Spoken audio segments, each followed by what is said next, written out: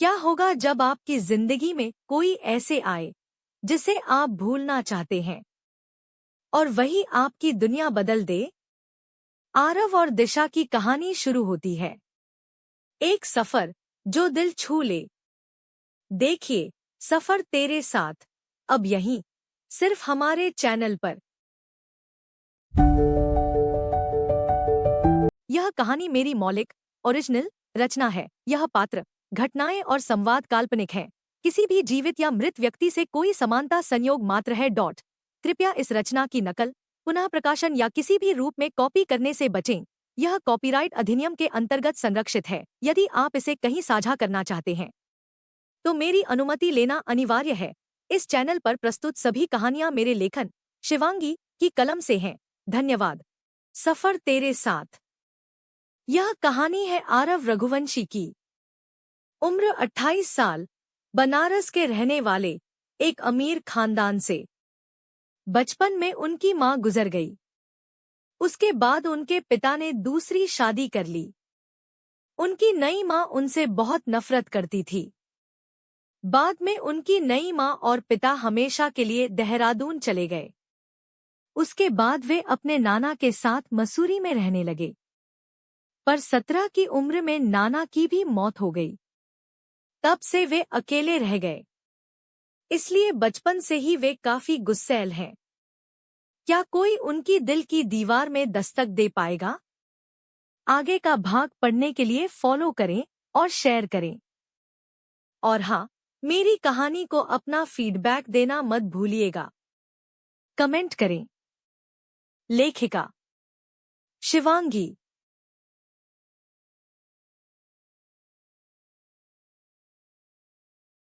सफर तेरे साथ। एक। मसूरी एक बड़ी सी हवेली। एक 28 वर्ष का आदमी अपने कमरे में काम कर रहा था। लैपटॉप को सामने रख उस पर काम कर रहा था। चेहरे पर रोब, गुस्सा और देखने में तो मानो कहीं का राजकुमार हो। बहुत हैंडसम। एक बार कोई उसे देखे तो देखता रह जाए। वो काम कर ही रहा था कि अचानक उसका फोन बजा। उस पर शो हो रहे नंबर को देखकर उसने एक लंबी सांस ली और फोन उठाया और हेलो बोला। तभी दूसरी तरफ एक कड़क आवाज आई, मैं तुम्हें कब से फोन कर रहा हूँ, तुम मेरा फोन क्यों नहीं उठा रहे हो? आरव। आरव नफरत और गुस्से से, देखिए मिस्टर प्रताप, मैं इतना फ्री नहीं कि आपसे बात करूं। तभी प्रताप रघुवंशी बोले, देखो आरव, मुझे अच्छी से पता है कि तुम मुझसे बहुत नफरत करते हो, पर मैं तुम्हारा पिता हूं। मैं बस इतना चाहता हूं कि तुम अपनी जिंदगी में खुश रहो, इसलिए मैंने तुम्हारे लिए एक रिश्ता देखा है। मेरे दोस्त सुनील को तो तुम जानते हो, उनकी बेटी रश्मिका काफी सीधी और सुलझी लड़की है, एक अमीर खानदान से भी है। वो फॉरेन में रहती है, अगले हफ्ते इंडिया आ रही है। मैं उसे मसूरी भेज रहा हूँ, तुम उससे मिलो और उसके साथ समय बिताओ। वो इसके आगे कुछ बोल पाते कि आरव नफरत और गुस्से में, देखिए मिस्टर प्रताप, आप अपने काम से काम रखिए और मेरी चिंता करने की जरूरत आपको नहीं। और एक और बात, आज के बाद मेरे पर्सनल नंबर पर फोन मत करिएगा। और रही बात शादी, तो आपको मेरी या मेरे से जोड़ी किसी भी चीज के बारे में सोचने की जरूरत नहीं। इतना कहकर उसने फोन काट दिया। दूसरी तरफ mister Pratap hello hello Aarav पर। आरव ने फोन काट दिया था। उन्होंने एक लंबी सांस ली और मन में माना, बेटा कि मुझसे एक गलती हो गई, पर क्या इस गलती की इतनी बड़ी सजा है कि तुम आज मुझसे इतनी नफरत करते हो कि मेरी शकल भी देखना तुम्हें मंजूर नहीं? आज 20 साल हो गए तुम्हें देखे, पर तुम्हारी नफरत है कि बस बढ़ाती जा रही है। माना कि मैं कभी अच्छा बाप नहीं बन सका तुम्हारे लिए, पर मैं क्या करता? तुम्हारी माँ के जाने के बाद मुझे यहाँ आना पड़ा और उसके बाद मैंने शादी कर ली। पर मैंने सोचा कि तुम्हें इस समय माँ के प्यार की जरूरत है, पर तुम तो मुझसे इतनी नफरत करने लगे कि 20 साल में मुझे आज तक कभी फोन तक नहीं किया। वो यह सब सोच ही रहे थे कि तभी एक औरत वह आई और बोली, क्या हुआ? उसने बात की तभी मिस्टर प्रताप गुस्से से नहीं फोन काट दिया। तभी वो औरत, आप टेंशन मत लीजिए, शायद एक बार आरव रश्मिका से मिले तो उसे समझ आए कि वो उसके लिए अच्छी है, फिर हम उन दोनों की शादी करा देंगे। वैसे भी वो एक अमीर खानदान से हैं और अपने पापा की इकलौती बेटी। यह सुनकर प्रताप जी सर हाँ में हिलते हैं। पर तभी उनकी बीवी बोली, पर हम देर नहीं कर सकते, वैसे भी अब आरव 28 का हो गया है, हमें अब उसकी शादी करवा देनी चाहिए वरना कहीं देर न हो जाए।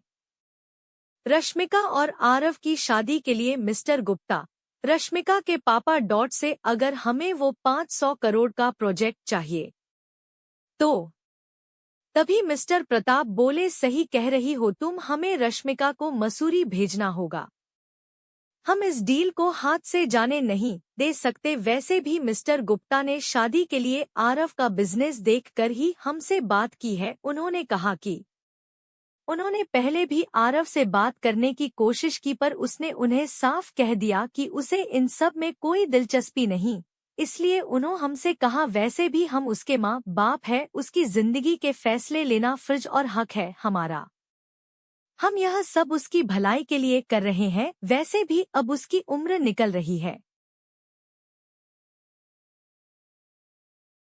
सफर तेरे साथ 2। दूसरी तरफ पुणे मैं एक कमरे में एक खूबसूरत सी लड़की बेड पर अपने बैग में सामान रख रही थी, मानो वह कहीं जा रही हो। तभी उसका फोन बजा। उसने वीडियो कॉल पर ग्रुप कॉल देखा और फोन उठा लिया। तभी दूसरी तरफ एक प्यारी सी लड़की और 2 हैंडसम लड़के थे। लड़कों का नाम श्रेयांश और शौर्य था और लड़की का नाम रिम था। तभी शौर्य बोला, सॉरी गाइस, मैं तुम्हारे साथ मसूरी अभी नहीं चल पाऊंगा, पर पक्का मैं नरसों तक वहां पहुंच जाऊंगा। तभी सामान पैक कर रही लड़की बोली, हम तुझे इस बार माफ कर दे रहे हैं, पर अगली बार ऐसा नहीं होना चाहिए।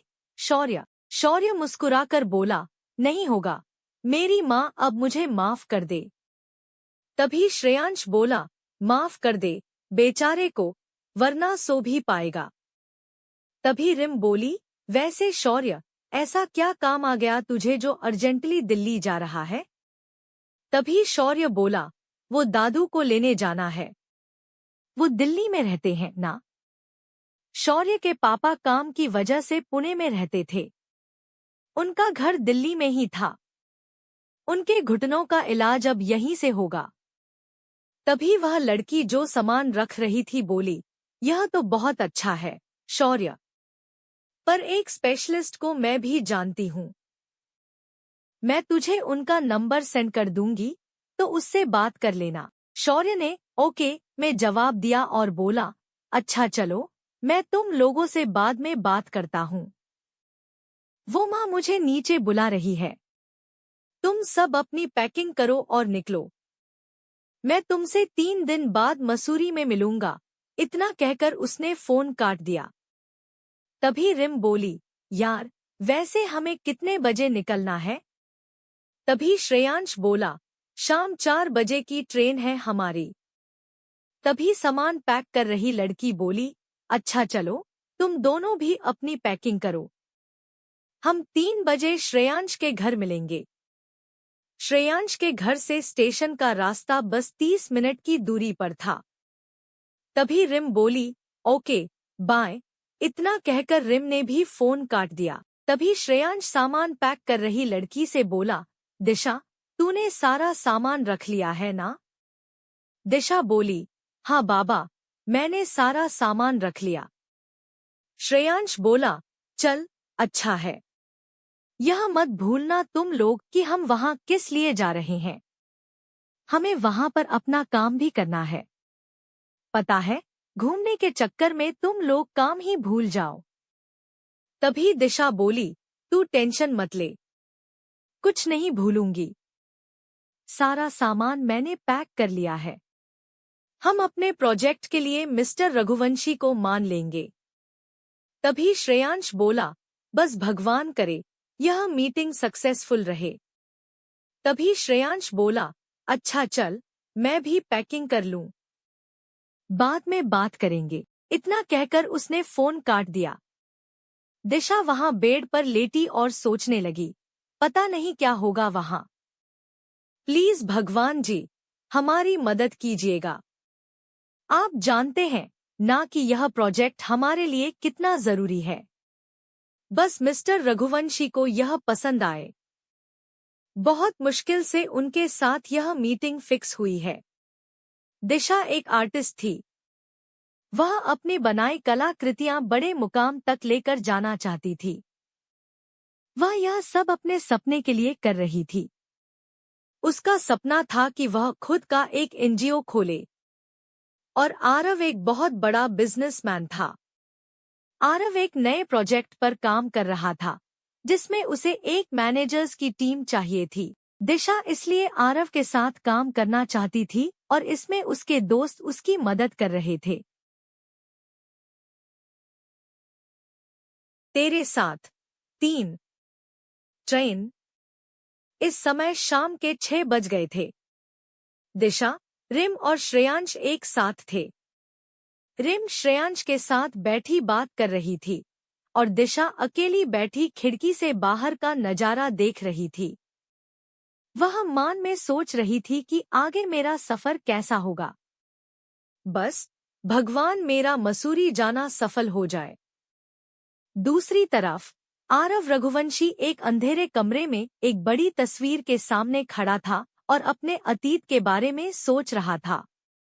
उस तस्वीर में एक 28 साल की औरत अपने गोद में एक 7 साल के बच्चे को लेकर बैठी थी। तभी आरव के पीछे से 55 साल की औरत आकर उसके कंधे पर हाथ रखकर बोली, आरव बाबा, आप ठीक हैं ना? तभी आरव पीछे मुड़ा और बोला, आप दाई माँ, आप कब आई? आप गांव से आने वाली थी। पहले बताया होता तो मैं किसी को भेज देता। तभी वह औरत बोली, बाबा, मैं बस अभी आई हूँ। रास्ते में रिक्शा मिल गया तो खुद ही आ गई। तभी वह बोली, आरव बाबा, बड़े साहब का फोन आया था। उन्होंने इतना ही बोला था कि आरव, देखिए दाई माँ, अगर आप मुझसे शादी की बात करने वाली हैं, तो मैं आपको साफ साफ कह देता हूँ कि मुझे कोई शादी नहीं करनी। और रही बात आपके बड़े साहब की, तो उनसे मेरा कोई रिश्ता नहीं है। तो प्लीज मेरे सामने उनकी बातें मत कीजिए। तभी दाई माँ फिर बोली, देखिए बाबा साहब, बस आपकी भलाई चाहते हैं और रश्मिका बिटिया बहुत अच्छी है। उनके साथ आपकी। वह फिर आगे बोल पाती, लेकिन पहले आरव नफरत से बोला, मुझे नहीं जाना कि वह कौन है। और मुझे बहुत अच्छे से पता है कि मिस्टर प्रताप को मेरी भलाई क्यों चाहिए और उन्हें मेरी इतनी परवाह क्यों है। अपने बिजनेस में अब उन्हें कोई फायदा नहीं हो रहा है, इसलिए मेरी शादी के पीछे पड़े हैं, ताकि उन्हें मिस्टर गुप्ता से वो करोड़ों का प्रोजेक्ट मिल जाए। पर मैं ऐसा होने नहीं दूंगा और प्लीज दाई माँ, मेरे सामने दोबारा उनका या उनसे जोड़ी किसी भी चीज का नाम मत लीजिएगा। इतना बोलकर वह वहां से चला गया। उसके जाते ही दाई माँ मान में बोली, पता नहीं क्या हो गया है बाबा को। पता नहीं किसकी नजर लग गई। बाबा पहले कितना खुश रहते थे जब बड़ी मालकिन थी, पर उनके जाते ही सब बिखर गया। कितने साल हो गए, बाबा आज तक कभी हंसे तक नहीं। फिर दाई माँ ने हाथ जोड़ लिया और ऊपर की तरफ देखते हुए बोली, हे ठाकुर जी, कृपा करें। किसी को भेज दे जो बाबा की जिंदगी में दोबारा खुशियां लेकर आए, दोबारा उन्हें मुस्कुराना सिखा दे। कृपा करें ठाकुर जी, अपनी हम पर अब किसी को भेज दे जो बाबा की जिंदगी में दोबारा रंग भर दे। इतना कहकर उन्होंने अपनी आंखें बंद कर ली। दूसरी तरफ आरव अपने कमरे में था और मान में सोच रहा था, मेरी जिंदगी में मैं किसी को आने भी दूंगा? मेरी जिंदगी में किसी भी लड़की की कोई जगह नहीं है। दूसरी तरफ दिशा जो आंखें बंद करके बैठी थी, उसे अचानक हिचकी आने लगी। तभी रिम दिशा को छेड़ते हुए बोली, क्या बात है मैडम जी, लगता है आपको वह याद कर रहे हैं। तभी दिशा बोली, मुझे याद कर रहे हैं कौन? तभी रिम उसके बगल में बैठते हुए बोली, अरे वह जो आपका मसूरी में इंतजार कर रहे हैं। तभी दिशा बोली, मेरा इंतजार कर रहे हैं कौन?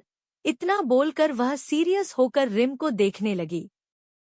तभी रिम बोली, तुम्हारे होने वाले वो। आगे रिम कुछ बोल पाती, उससे पहले दिशा गुस्से में बोली, शट अप, रिम। यह सुनकर रिम जोर से हंसने लगी और हंसते हुए उसने श्रेयांश को हाई फाइव दी। श्रेयांश भी दिशा का चेहरा देखकर हंसने लगा। तभी दिशा गुस्से में उन दोनों को मारते हुए बोली, बहुत हंसी आ रही है। तभी रिम बोली, वैसे तूने किसको सोचा? तभी दिशा उसे मारते हुए बोली, बताओ तुझे किसको सोचा? तेरे साथ।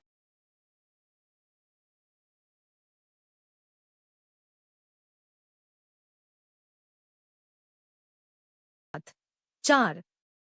धीरे धीरे रात हो चुकी थी। रिम ट्रेन की ऊपर वाली पैसेंजर सीट पर सोई थी और श्रेयांश नीचे और सामने वाली सीट पर दिशा बैठी थी। वह मन में सोच रही थी, आज नींद क्यों नहीं आ रही है। उसने सीट पर बैठे आगे की तरफ झांका। आधी से ज्यादा ट्रेन खाली थी। यह एक एसी ट्रेन थी और बस कुछ बुजुर्ग थे और कुछ आदमी और महिलाएं जो अपने बच्चों के साथ थे, सब सो चुके थे। पूरी ट्रेन में सन्नाटा था। दिशा ने एक लंबी सांस ली और खिड़की खोली। ठंडी हवाएं उसे छूने लगी। वह आंखें बंद कर लेती है और मन में सोचती है, पता नहीं कल की मुलाकात कैसी होगी। पता नहीं आरव रघुवंशी को मेरा प्रोजेक्ट पसंद आएगा भी या नहीं। मैंने सुना है वह काफी गुस्से वाले हैं। अगर उन्हें मेरा काम पसंद नहीं आया तो क्या होगा? मैंने यह तक आने का फैसला बड़ी मुश्किल से लिया था। पता नहीं कि आगे क्या होगा। सफर थोड़ा मुश्किल होगा, पर मैं अपनी पूरी कोशिश करूंगी इस प्रोजेक्ट को हासिल करने के लिए। बस माता रानी मेरी मदद करना। दूसरी तरफ आरव टेरेस पर था। वह खुले आसमान के नीचे लेटा ठंडी हवाओं को महसूस कर रहा था। वह इस समय काफी शांत था। उसने धीरे से आंखें बंद की और अपने अतीत में चला गया। फ्लैशबैक। एक खूबसूरत सी औरत मंदिर के सामने खड़े होकर पूजा कर रही थी। तभी एक छोटा बच्चा भागते हुए आया और उनसे लिपट गया। तभी वह औरत पूजा खत्म करके उस छोटे बच्चे से बोली, आरव, क्या कर रहे हो? मैंने कहा था न कि शाम को बाहर से खेल के आने के बाद सबसे पहले हाथ मुंह धोते हैं। जाओ, कमरे में पहले फ्रेश हो जाओ। तभी छोटा आरव मुंह बनाकर बोला, मम्मा। गोदी। तभी वह औरत बोली, बिल्कुल, पहले जाओ, फ्रेश हो जाओ, तब खेलेंगे। आरव थोड़ा नाराज होते हुए बोला, मम्मा। तभी पीछे से एक आदमी आते हुए उसने आरव को अपनी गोद में उठा लिया और बोला, क्या हुआ खुशी? आज मेरे बच्चे को क्यों डट रही हो? तभी खुशी जी, मतलब आरव की माँ, और वह आदमी आरव के पिता प्रताप जी। तभी खुशी बोली, मैं कह डट रही हूँ। मैं तो इसे समझा रही थी कि जाकर फ्रेश हो जाओ, क्योंकि यह अभी भर से खेल के आया है। तभी प्रताप जी बोले, अच्छा अच्छा। तभी वह आरव को देखकर बोले, चलो बेटा, आज डैड और बेटा साथ में नहाएंगे। तभी खुशी जी मुस्कुराकर बोली, आप दोनों नहा कर आए, मैं खाना लगती हूँ। Flashback and. आरव ऐसी ही छोटी छोटी यादों में खोया हुआ था। वह मन में सोचता था कि जब वह छोटा था तो सब कुछ कितना खूबसूरत था। उसकी माम पापा, उसका भी एक छोटा परिवार। वह इन्हीं यादों के बारे में सोचते हुए गहरी नींद में चला गया। आरव का बचपन काफी दर्दनाक था। 7 साल की उम्र में आरव की माँ उसके ही सामने गुजर गई। उसकी माँ के जाने के कुछ महीने भी नहीं हुए थे कि उसके पापा ने दूसरी शादी कर ली। पर उसकी नई माँ काफी अमीर खानदान से थी। वह आरव को बिल्कुल पसंद नहीं करती थी। कुछ समय बाद उन्होंने प्रताप जी को बिजनेस में शामिल कर लिया। पैसों की चकाचौंध में आरव पीछे रह गया। यह शायद उन्हें याद भी नहीं होगा। आरव की मां एक अमीर खानदान से थी, पर उनके घर वाले प्रताप जी से रिश्ते के लिए तैयार नहीं थे, जिसके चलते उन्होंने बिना किसी को बताए शादी कर ली। पर मां के इस दुनिया से जाने के बाद आरव के नाना ने आरव को संभाला। पर जब आरव 17 साल का हुआ, तब आरव के नाना भी गुजर गए। तब से आरव अकेला हो गया और वह प्यार नाम से भी नफरत करने लगा। क्या होगा आगे? क्या कभी कोई दिला पाएगा आरव को प्यार पर दोबारा यकीन, और कैसा होगा दिशा का यह नया सफर? जाने के लिए पढ़िए। कहानियों का सफर अब शुरू हो चुका है। हर हफ्ते 8 नए एपिसोड रोमांस, सस्पेंस और इमोशंस से भरे। अगर आपको कहानी पसंद आए तो लाइक करें, कमेंट करें, अपडेट्स के लिए फॉलो सब्सक्राइब करें, शेयर करें अपने दोस्तों के साथ। मुझसे जुड़े इन प्लेटफॉर्म्स पर यूट्यूब कहानियां by Shivangi subscribe, Instagram follow करें @कहानियां_by_शिवांगी, सबस्टैक फॉलो करें @शिवांगी989551, प्रतिलिपि फॉलो करें शिवांगी कहानियां। एपिसोड में मिलेंगे रोमांस, सस्पेंस और इमोशंस, तो जुड़े रहो और अपनी कहानी का हिस्सा बनो। इस एहसास भरी कहानी को सुनने के लिए अगर ये कहानी आपके दिल को छू गई हो तो लाइक जरूर करें, अपने जज्बात कमेंट में बांटें और चैनल पेज को सब्सक्राइब फॉलो करना न भूलें। पूरी कहानी पढ़ने और मेरे साथ जुड़ने के लिए मुझे इंस्टाग्राम और फेसबुक पर फॉलो करें। इंस्टाग्राम बटा फेसबुक शिवांगी विश्वकर्मा। फिर मिलेंगे एक नई मोहब्बत, एक नई मुलाकात के साथ। तब तक मोहब्बत को जिंदा रखिए। आपकी अपनी शिवांगी।